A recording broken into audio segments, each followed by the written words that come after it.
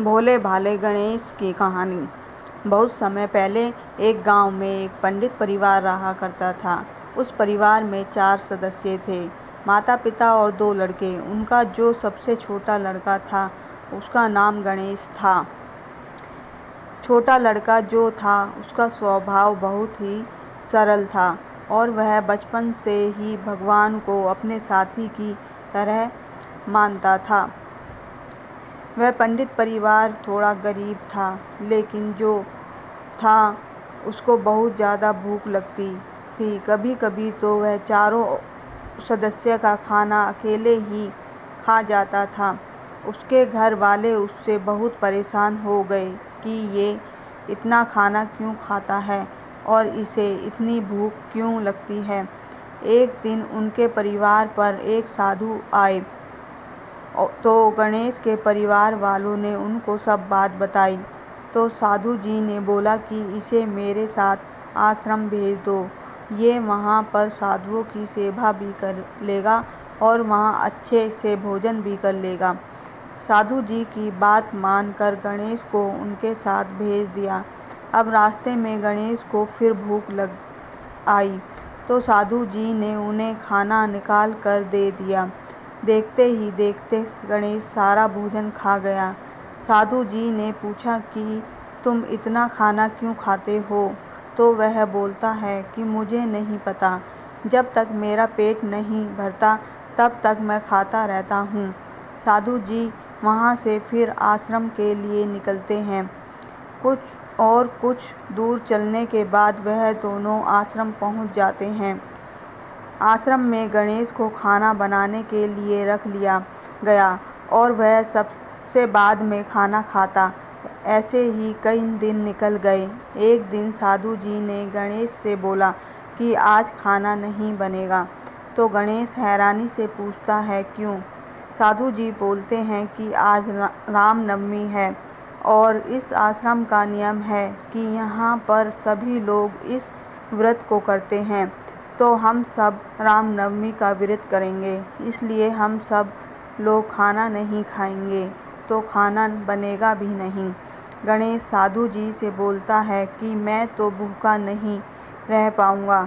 तो साधु जी उससे बोलते हैं कि एक काम करो, आश्रम से कुछ ही दूर एक नदी है, उसके पास जाकर तुम खाना बनाना और भगवान श्री राम जी को भोग लगाना और भोग लगाकर फिर तुम भी खाना खा लेना। गणेश खाना बनाने का सामान बांध कर ले जाता है और नदी के पास जाकर नहा धोकर खाना बनाकर रेडी हो जाता है। गणेश को बहुत तेज भूख लगने लगती है। वह खाना खाने ही वाला था कि उसे साधु जी की बात याद आ जाती है कि पहले भगवान श्री राम जी को भोग लगाना है। अब वह भगवान को भोग लगाने लगता है और बोलता है, भगवान राम जी आइए और भोग लगाइए। बहुत समय निकल गया लेकिन भगवान नहीं आए। तो वह सरल भाव के साथ बुलाने लगा तो भगवान माता सीता से बोलते हैं कि ये कितना भोला भक्त है, चलो इस भक्त से मिलकर आते हैं। गणेश भगवान श्री राम जी और माता सीता को देखकर सोचता है कि मैंने तो सिर्फ भगवान श्री राम जी को बुलाया था, लेकिन ये माता सीता को भी लेकर आ गए और मैंने खाना तो सिर्फ 2 लोगों का ही बनाया है। अब गणेश भगवान से बोलता है कि आप भोग लगाइए। तो भगवान इस सरल स्वभाव को देखकर प्रसन्न हो जाते हैं और पूरा भोजन खा जाते हैं और गणेश को आशीर्वाद देकर चले जाते हैं। गणेश को खाना खाने के लिए कुछ नहीं बचता तो वह भूखा ही रह जाता है और जब शाम को आश्रम पहुंचता है तो साधु जी उससे पूछते हैं कि तुमने खाना खा लिया? तो गणेश बोलता है कि कहाँ से खा लिया, भगवान जी आए थे, माता सीता जी के साथ पूरा खाना खा गए। तो साधु जी चौंक जाते हैं कि ऐसा थोड़ी होता है। साधु जी को लगा कि ये और खाना खाने के चक्कर में झूठ बोल रहा है। तो साधु जी गणेश से बोलते हैं कोई बात नहीं और उसे सोने के लिए बोल देते हैं। 1 साल बाद जब दोबारा से रामनवमी आती है तो इस बार भी सब व्रत रखते हैं और गणेश नदी के पास जाने की तैयारी करने लगता है, लेकिन वह इस बार ज़्यादा खाना रख कर ले जाता है ताकि उसके लिए खाना बच जाए। इस बार जब वह खाना तैयार करके भगवान को भोग लगाने बुलाता है तो भगवान के साथ माता सीता और लक्ष्मण जी भी आते हैं।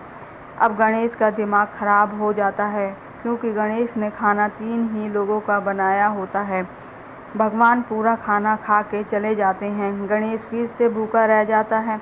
जब वह आश्रम पहुंचता है तो फिर साधु जी पूछते हैं कि भोजन हो गए, तो गणेश कहता है कि इस बार भगवान माता सीता के साथ लक्ष्मण को भी लेकर आए थे, फिर मेरे लिए खाना नहीं बचा। तो साधु जी सोचते हैं कि ऐसा कैसे हो सकता है, आज तक हमने भगवान को देखा तक नहीं है और ये बोल रहा है कि भगवान सामने बैठकर खाना खा गए। साधु जी को गणेश की बात पर यकीन नहीं हो रहा था, तो उन्होंने सोचा कि इस बात का पता लगाया जाए। साधु जी कुछ दिन बाद गणेश को फिर भगवान को भोग लगाने नदी के पास भेजते हैं, तो वह जाता है और फिर खाना तैयार करता है और भगवान को भोग लगाने बुलाता है, लेकिन उसे यह पता नहीं रहता कि साधु जी दूर से उसे देख रहे होते हैं।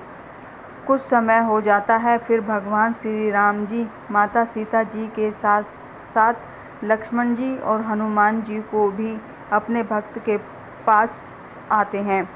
इस बार गणेश ने 3 लोगों के लिए खाना बनाया था, लेकिन वह हनुमान जी को और साथ लेकर आ जाते हैं।